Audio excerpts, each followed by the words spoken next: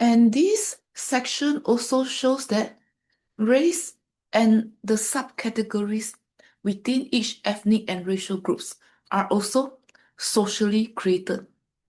In other words, racial and ethnic identities, like gender identities, sexual identities, are socially created, socially constructed.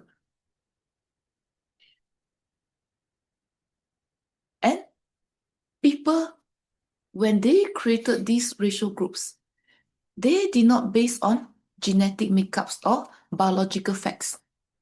I told you this before.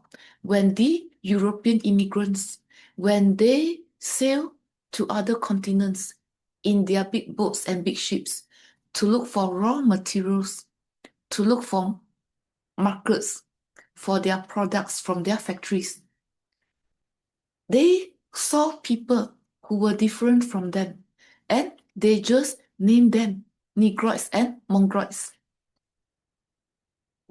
without doing any research in the labs.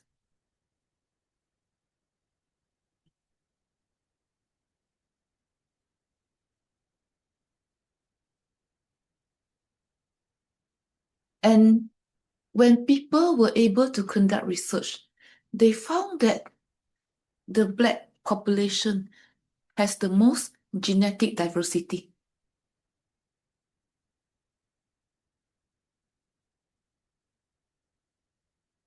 And like the early European immigrants, they just artificially divide people who they deem different from them. And they call them Negroids and Mongoloids. And they call themselves Caucasoids. And people continue to artificially distinguish themselves from other groups to this day. And they use certain features to distinguish themselves from others, like the shape of the eye, the hair texture, the hair color, the skin texture, among other physical traits or phenotypes. And after they distinguish themselves from the other racial ethnic groups, people assigned to the different racial ethnic groups are being socialized to act according to the expectations, spoken and unspoken expectations of those racial ethnic groups. And this was more obvious when laws or ordinances were being enforced, like the Jim Crow law, where there were two separate water fountains, different bathrooms, different entrances. People had to sit in different sections within the same bus. And in this case, people from different racial ethnic groups, especially the blacks and the whites, were socialized to read the cues or the signs that serve as expectations pertaining to the racial or ethnic groups they are being assigned to artificially. The same can be said for South Africa during apartheid.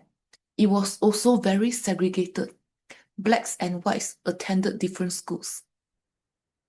They went to different hospitals. They lived in different neighborhoods. They only mingled with their own people. And they could not intermarry. So, because of that, the different racial ethnic groups in South Africa, black, whites, colored, and the other racial ethnic groups, from a very young age, they were being socialized by their significant others, or sociologically, we call them the agents of socialization, like parents, teachers, neighbors, peers, co-workers, law enforcement personnel, religious officials, and so forth, that they had to know how to read the cues or signs that pertains to their racial ethnic groups. so that they won't get into trouble, so to speak. So this is another manifestation of how race and ethnicity are socially constructed, and racial and ethnic identities are also socially constructed. And we know that in the US, the most stark distinction is between the blacks and the whites. And the early or the earliest European immigrants, they make this distinction when they first set foot on American soil in the earlier 17th century. And at that time, there were some blacks or Africans. They weren't African Americans at that time. There were some black folks or Africans who were as poor as the whites. They were at the bottom of the economic ladder. But still, we don't know why. They weren't being classified into different groups based on their social classes or social economic statuses. They were being classified into different groups based on their racial and ethnic traits. And both blacks and whites, or poor blacks and poor whites, were indentured servants during the earlier 17th centuries. And they were slaves, the poor folks, during that time.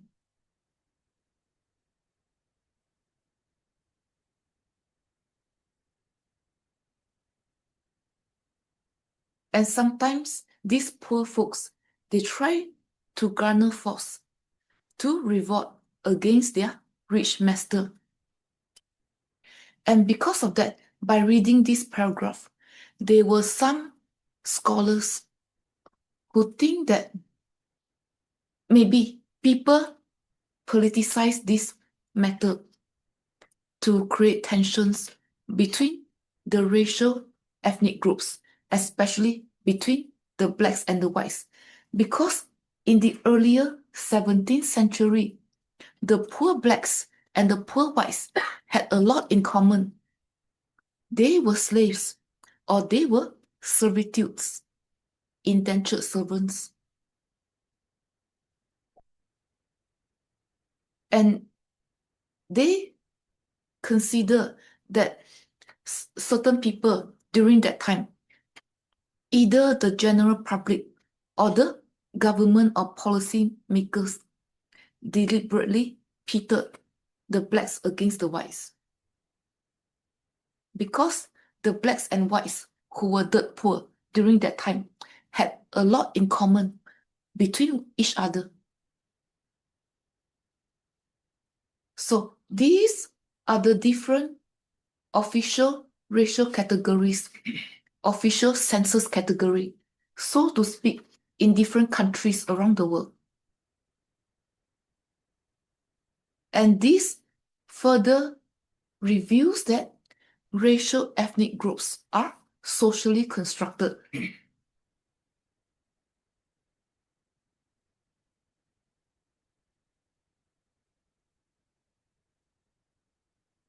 And this paragraph,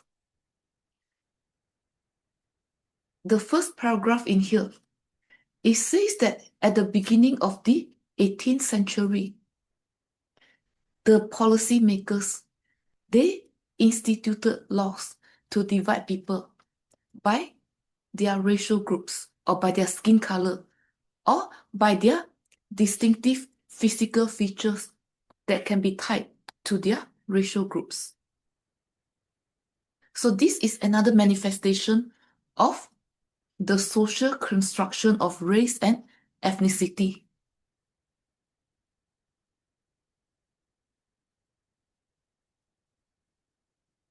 And because of this, when people pass laws based on skin color, according to the authors of this textbook.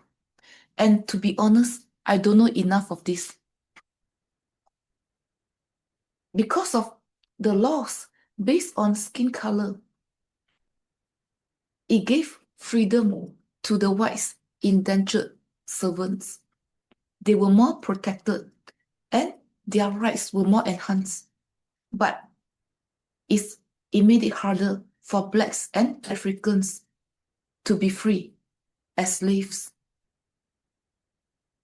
no matter how hard they work, because of those laws based on skin color. This is another manifestation of social construction of race. And people continue to use race to divide and conquer.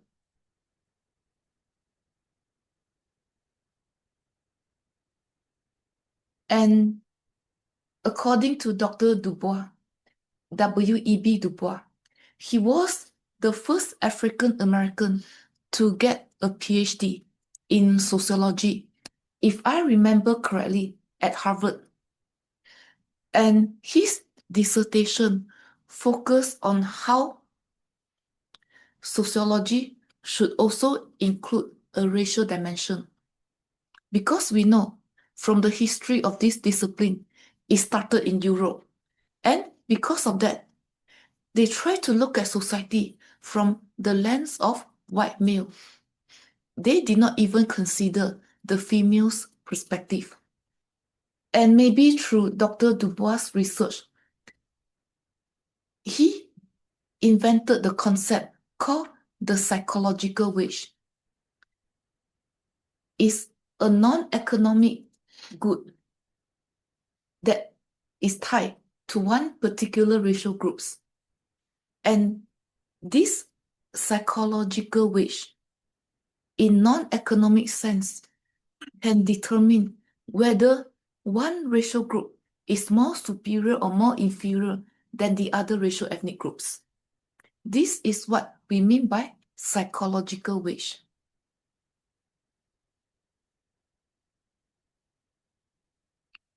And because of that, the white privilege, whether it's covert or overt, is obvious or implicit, becomes more manifested through the concept of psychological wage. And the blacks' disadvantages were also more pronounced through the concept of psychological wage.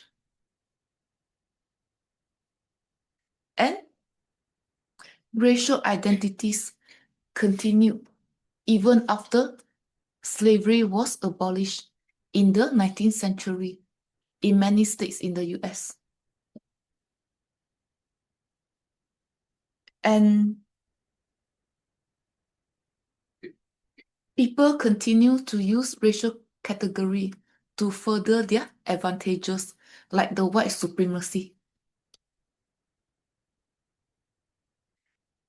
And in the late 19th century, these were the main categories or racial categories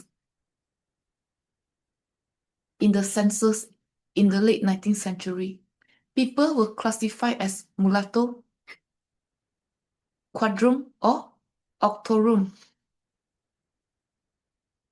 Depends on how much African blood they have.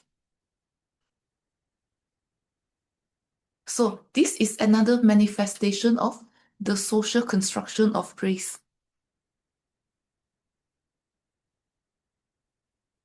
And because of that, because of this census categorization, the distinction between whites and non-whites remain obvious.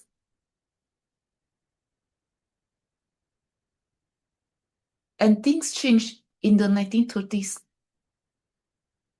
Instead of categorizing the blacks based on their skin color or extent of ancestry, they invented a new concept. They call that the one-drop rule. And if people had even any minute trace to the black or African ancestry, they are being classified as blacks in the censuses. And because of this one drop rule, many people were being classified as blacks. So this whole paragraph again show that race is socially constructed. And because the policy makers tended to classify people into groups based on skin color or how much ancestry of a certain groups they have. Two famous people, they filed a lawsuit against their government. One was a Japanese man, the other one was an Indian man. These two men were fair-skinned and they assumed that they should be classified as white. And it seems that the Japanese guy also fought in World War One. Oh, the Indian guy also fought in World War One. And they tried to seek citizenship in the 20s. But they were not whites or blacks. They were considered Asians. So maybe they did not qualify for naturalization. And they were considered Asians, but they were fair-skinned. And because of that, they sued the government using their white skin or almost white skin as basis of their lawsuits.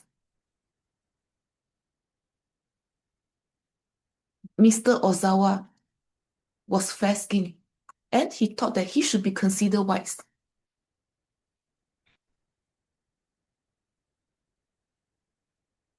And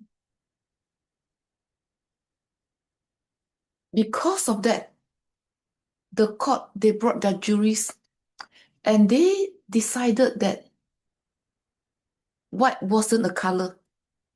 And because of that, even to this day, people of color or the concept of people of color does not include whites.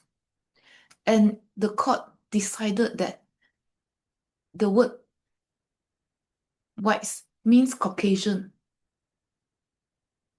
And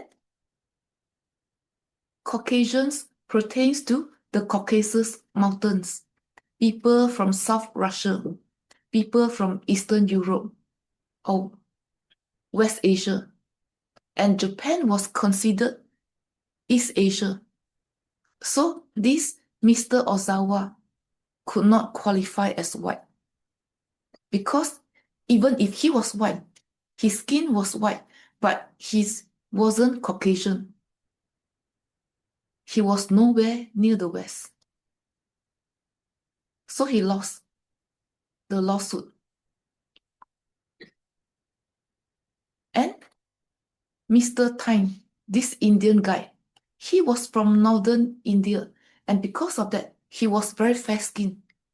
And I don't know if you notice, some northern Indians, they look very similar to Europeans. They were very fair. And northern India is close to the Caucasus Mountains. And he was a descendant of a genuine Caucasian who invaded India. So his lawyers brought a bunch of anthropologists to court. And the judge decided that Mr. Tyne should be considered Caucasian and white. He won the lawsuit. So these two incidents also reveals that race is socially constructed.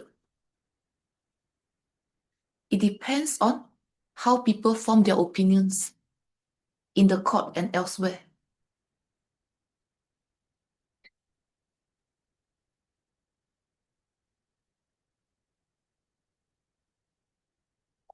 But later on, even though Mr. Time, he won the lawsuit, later on, there were some changes in the court system in the Supreme Court.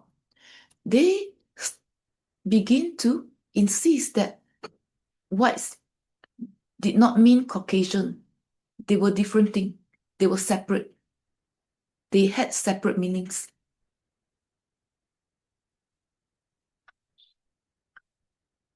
And what can be defined as however the white people wanted it to be. It's a manifestation of the social construction of race backed by the court system. And I think in the early 80s in Louisiana, there's a lady named Susie Guillory Phipps. She was classified as colored, even though she looked very white. And her family members are all whites. Her neighbors are all whites. She attended white schools. But for some reason, when they traced her ancestry, they found that she has 1/32 blood of black ancestry. She had a very minute percentage of black ancestry, and because of that, she was classified as colored. So she spent a lot of money back in those days. 49,000 was a lot of money, even to this day, on legal fees to counter that. She says that she was raised as a white person. She went to white school. She married a white person twice. And she was surrounded by whites, except for her servants. So she should be classified as whites. And we don't know what happened to this lawsuit. Yeah, I should Google that later. I forgot to Google this before class. I'm sorry. So, this Sister Susie's case is another manifestation of the social construction of race.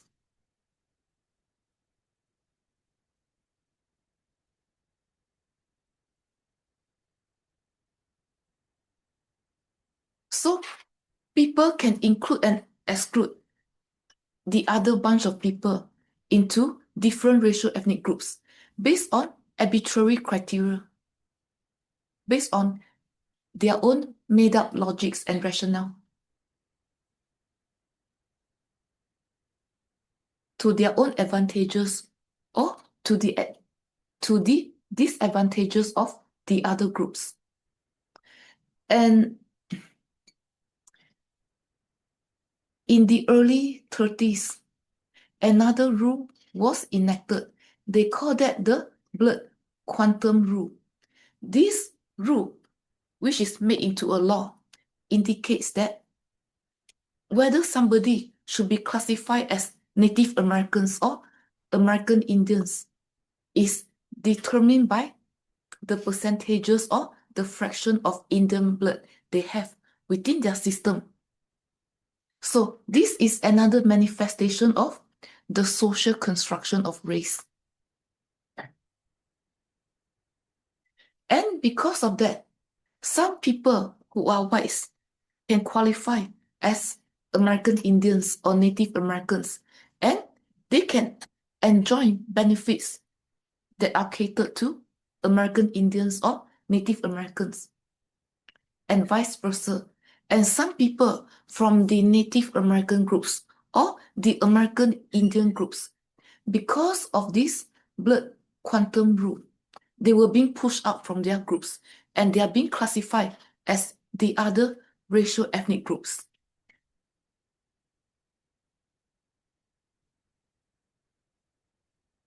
And about the same time, during the 30s, there were a lot of immigrants, especially from Mexico and other Latin American countries. They came to work on the farms. And some Mexicans or some people from Latin American countries, they also had or still have fair skin. And because of that, they also claim that they should be classified as whites. And because of that, the policymakers or those in power, they created an additional ethnic category. They call that the Hispanic, Latino, or Spanish group. This is another manifestation of the social construction of ethnicity. Sometimes it's determined by the law. Sometimes it's determined by the rationale or logics people had in mind. And for political reasons, they consider this group an ethnic group and not a racial group. Because according to the authors of this book, they did not really want Hispanics, Latinos, or those with Spanish ancestry to claim themselves as whites. And they consider this group, the Hispanic, Latino, and Spanish group, has a distinctive history and culture that are very different from the whites' history and culture. This is a manifestation of the social construction of ethnicity.